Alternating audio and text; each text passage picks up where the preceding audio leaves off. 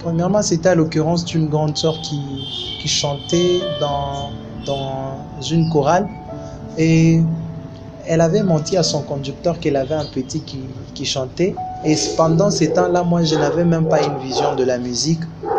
Et quand ce conducteur est arrivé chez nous, et ma sœur cherchait la personne qui pouvait sauver en fait sa cause. Et moi j'étais là, il m'a demandé, non petit frère, j'ai dit à mon conducteur que j'ai un petit frère qui chante, alors essaie un peu de m'aider. Et quand je suis sorti, j'ai parlé à son conducteur, j'avais un appareil là, un P3. Et ce conducteur là, lui s'est intéressé à cet appareil là, ces temps-là. Et c'est ce qui l'avait intéressé. Maintenant il était en train de me chercher. Bon, il m'a fait voir que lui, il voulait que je puisse adhérer à la chorale.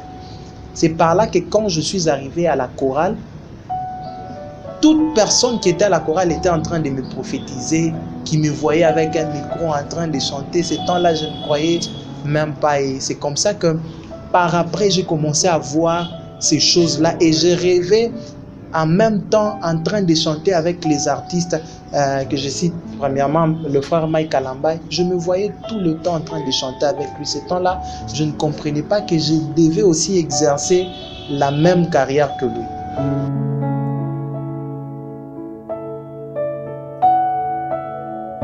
Ouais, les défis, il y en a de trop, des difficultés, il y a les hauts et les bas. Voyez-vous, quand on a une vision et qu'on ne comprend pas là où on est en train de partir, des fois, c'est très lourd.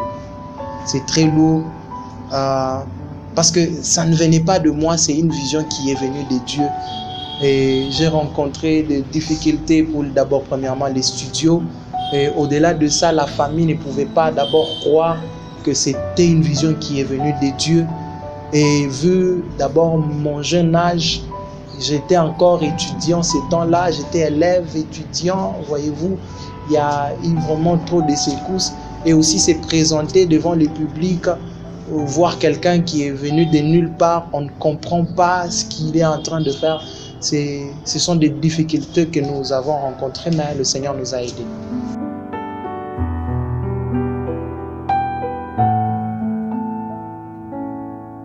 La chose qui m'a motivé beaucoup plus, c'était l'amour de Dieu. Ces temps-là, je crois que j'avais aimé Dieu, je me suis donné à fond à l'œuvre de Dieu. Malgré les difficultés, je savais qu'il y avait un Dieu qui pouvait prendre soin de ce que j'étais en train de faire.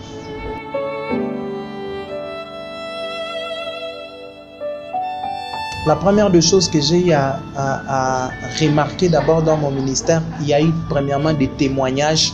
Il y a des gens qui ont témoigné au travers de chants que j'ai eu à faire.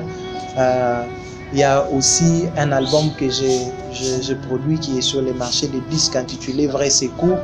Et au-delà de ça, Dieu ne cesse de nous surprendre par sa grandeur dans différentes productions que nous sommes en train de faire. Il y a toujours des témoignages, il y a toujours une touche du Saint-Esprit.